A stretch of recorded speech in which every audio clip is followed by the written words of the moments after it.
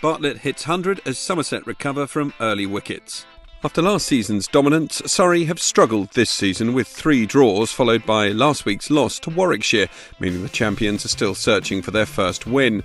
Somerset, on the other hand, have set much of the early pace, picking up 3 wins and a draw as they aim to win the first championship in the club's history.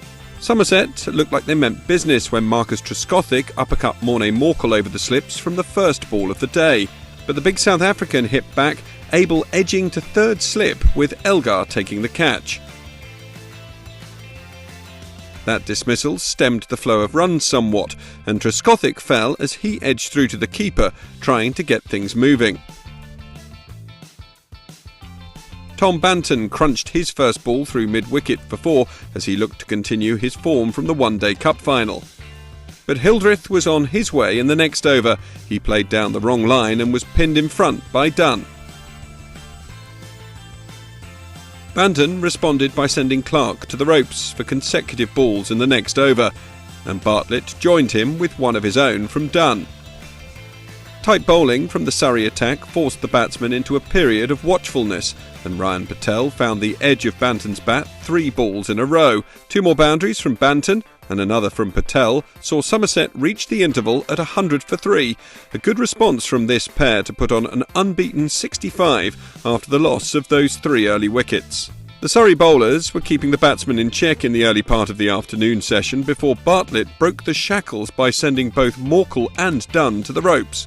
Dunn accounted for Banton in his next over though, as some extra bounce saw him taken by Jacks in the gully. Bartlett remained to crack Clark through the covers and bring up his 50. Bartlett and Davis consolidating for a period before looking to accelerate towards the end of the session with a succession of boundaries. A maximum and a 4 2 balls later from Bartlett off Batty brought Somerset up to 200. Before boundaries from successive Clark overs took Bartlett to a superb century in the over before tea as Somerset reached the interval on 214 for 4. Davis scored 2 early boundaries after the tea break, but he was soon on his way, bowled by Dunn for 41.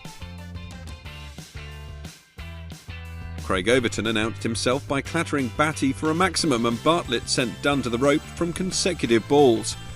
And both batsmen were able to find the boundary regularly in the final session as Somerset moved beyond 300. But Bartlett fell that same over as he feathered behind off Morkel. Jamie Overton came out to join his twin and clattered Dunn to the rope twice in his first 5 balls.